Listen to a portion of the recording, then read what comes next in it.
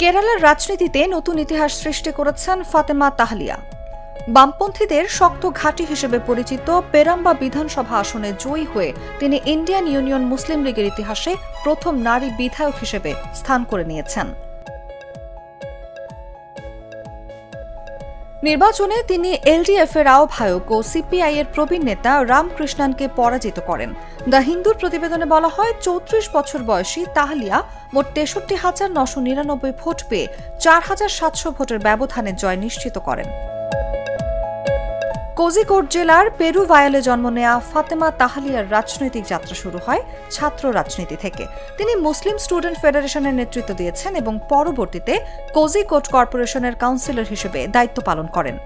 বর্তমানে তিনি মুসলিম ইউথ লীগের রাজ্য সম্পাদক।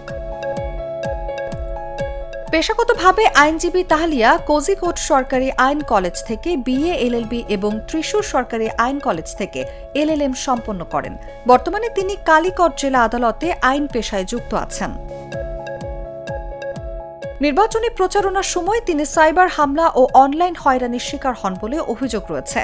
বিশেষ করে হিজাব পরিহিত একজন মুসলিম নারী হিসেবে তার যোগ্যতা নিয়ে সামাজিক যোগাযোগ মাধ্যমে কটু মন্তব্য ছড়ানো হয়। তবে এসব চ্যালেঞ্জ মোকাবিলা করেই তিনি নির্বাচনী লড়াই চালিয়ে যান। এছাড়া তার প্রার্থিতা ঘিরে কমিন্টে কুট্টি ইস্যু নিয়েও বিতর্ক তৈরি হয়। ইউডিএফ অভিযোগ তোলে, এলডিএফ প্রচারণায় তাকে একটি নির্দিষ্ট সম্প্রদায়ের প্রার্থী হিসেবে উপস্থাপন করে সাম্প্রদায়িক মেরুকরণের চেষ্টা করা হয়েছে। এই বিষয়ে নির্বাচন কমিশনেও অভিযোগ জানানো হয়। এই জয়ের মধ্য দিয়ে কেরালার রাজনৈতিক অঙ্গনে নতুন প্রজন্মের নারী নেতৃত্বের উত্থানকে আরও শক্তভাবে সামনে নিয়ে এলেন ফাতেমা তাহলিয়া।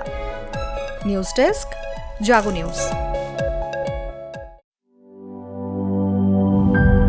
গ্লিটারের টুইন লেমন ও অ্যান্টিব্যাকটেরিয়াল ফর্মুলা বাসনকে চকচকে জীবাণুমুক্ত করে আমাদের দেয় গ্লিটার গ্যারান্টি।